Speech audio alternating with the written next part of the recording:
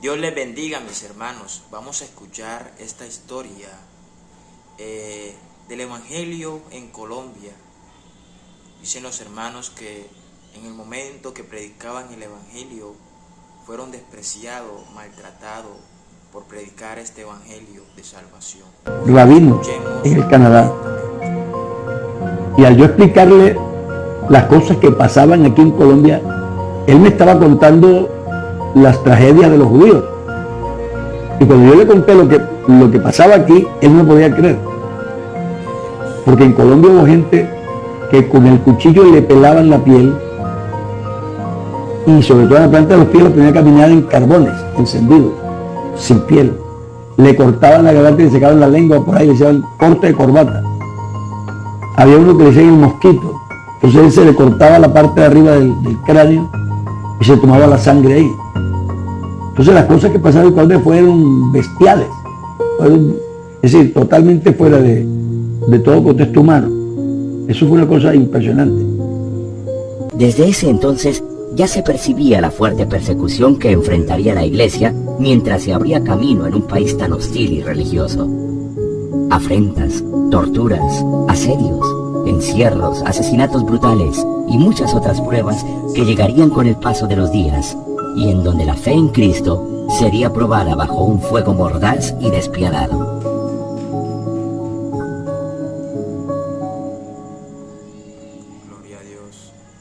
Lugares de muchos odios y afrentas contra el Evangelio, y muy pronto estas amenazas se harían realidad.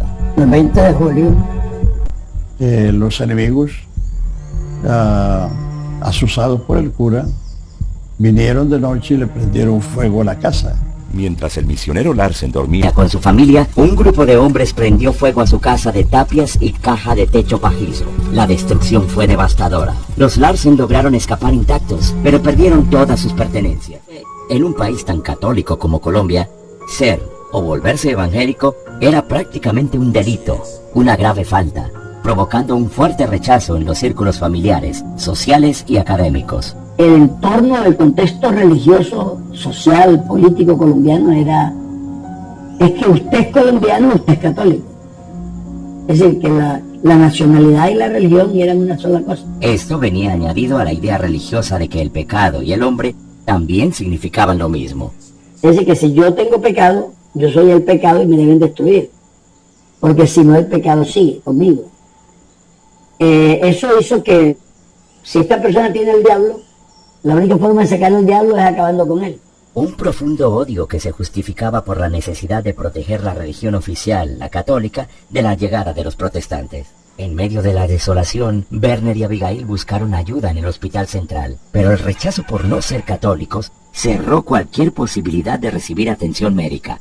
A los enfermos les hacían exigencias de tipo religioso, específicamente les obligaban a colgarse un rosario en el cuello. Desde años atrás, se había visto con tristeza que los pacientes evangélicos eran rechazados o no eran bien atendidos en los hospitales casi siempre dirigidos por religiosas, en donde se obligaba a todos los pacientes a confesarse, comulgar y tomar parte en rezos y devociones a los santos. Abigail finalmente murió el 9 de diciembre de 1938 al dar a luz una niña, a la que Werner puso el nombre de su madre, Abigail, y un segundo nombre, Miriam. Cuando la enfermera llegó, vio a Werner sentado en una banca con sus dos hijos, triste y desolado. Sin detenerse, entró a su casa y descubrió que Abigail ya había fallecido. Era demasiado tarde. El hermano Lance quedó solo, con un niño de 2 años y una niña recién nacida.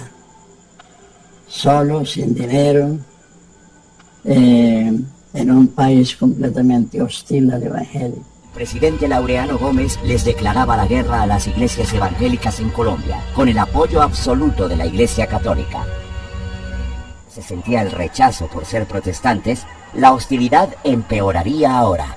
Generalmente donde se hacían cultos, los sacerdotes de las parroquias reunían a los muchachos, los llevaban a la hora del culto para formar una gritería frente al templo o a la casa donde se hacía el culto diciendo viva la Virgen María, abajo los protestantes. Tenían una canción que decía no queremos protestantes que nos vengan a corromper. Y entre otras cosas eso estaba acompañado de una pedrea. Inclusive en el barrio San Felipe aquella que yo comencé los cultos ahí, invité al hermano Larsen para que fuera al culto y infortunadamente le dieron una pedra en la frente cuando él pasó a predicar. En 1936, reforma a la Constitución aprobaba la libertad de cultos en Colombia. Sin embargo, la realidad no cambiaría de inmediato. Le hacían a uno la vida imposible. Para ir a estudiar los niños al colegio era súper difícil. Cuando nosotros éramos pequeños, cuando empezó la iglesia, pues la iglesia no era popular. Y ser evangélicos era una desgracia. Lo dejaban los amigos, lo dejaba la familia, lo maltrataban. Un lunes la maestra preguntó, ¿quiénes fueron ayer a misa? Habían hecho una lista. Todos fueron, menos Álvaro Torres. Álvaro, salga acá. La señora sacó una regla gruesa y como de este ancho y me dio 25 golpes, pero golpes, no eran caricias. Fueron 25 golpes, 13 aquí y 12 acá. Pero entonces, yo dije, me voy para mi casa. Pero usted no puede salir, señora, yo me voy para mi casa. Yo tenía 9 años por ahí. Y me fui para mi casa. Le dice, oiga señor, yo, Guillermo Escobar Vélez, obispo de Santa Fe de Antioquia, soy el primer enemigo suyo aquí y en cualquier parte. Estábamos en el culto, lo terminamos y comienza la lluvia de piedra. Yo como pude cerré la puerta de la calle. Los hermanos, los que pudieron volar, se volaron. Quedamos el hermano Larsen, la hermana Larsen, mi esposa, Jorge Blanco y mi persona. Yo me subo, entonces del techo yo miro y eso era una nube, mujeres, niños, hombres, y las mujeres allá, la carga de piedra que la vaciaban allá. Yo cogí una teja, media teja de allá, tiré esa teja y todos se espantaron. Ya se calmó todo. Y la sorpresa grande fue que yo toco la puerta de la calle y la puerta se cierra.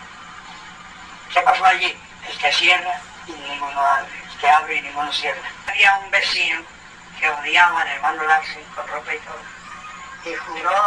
Y juró que mataba, que lo picaba, que picaba al hermano Larsen. Y una noche un gallo, ese señor fue picado. Como él decía, lo picaron a él. Bogotá tampoco estaría exenta de la persecución religiosa. A mi papá lo echaron 3 veces a la cárcel.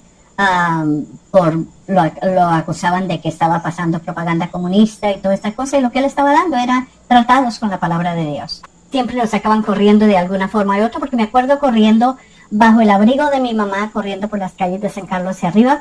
Ella me estaba protegiendo de que las piedras no me golpearan a mí.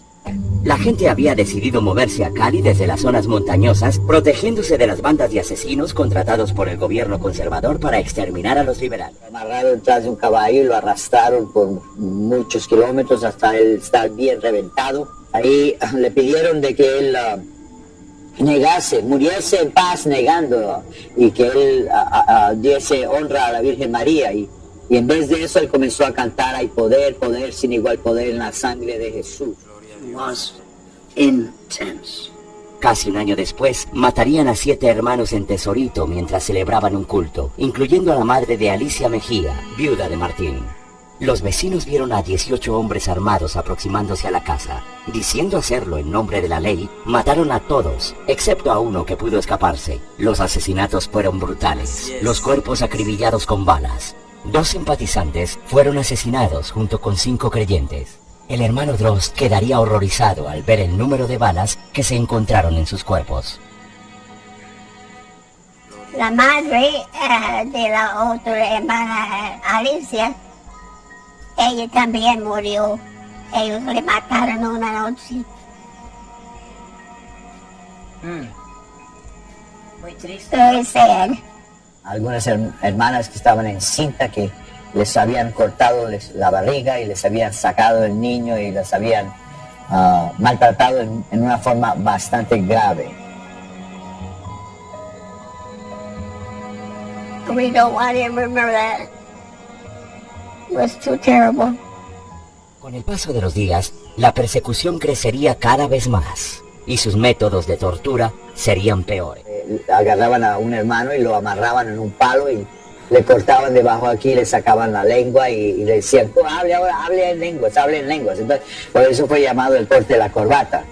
Y Y entonces, si alguien no venía y lo ayudaba, acababan se ahogando en su propia saliva. 8 almas perdieron sus vidas. Uno de ellos, segundo me recuerdo la historia, es que él era un visitante a la iglesia, no era convertido, pero los demás eran parte de la iglesia bautizados en el nombre de Jesús y el hermano estaba ahí ayudando en la obra. Y vinieron pagados por la iglesia católica. Me recuerdo diciendo que dijeron eso, que los padres le habían pagado para que viniesen y matasen los que estaban ahí. Y cuando mi papá fue a recoger los cuerpos en la ciudad de Pereira, solo encontró 8 sacos y en cada saco encima una cabeza, porque los habían cortado de tal manera que no se podían distinguir los cuerpos uno de los otros.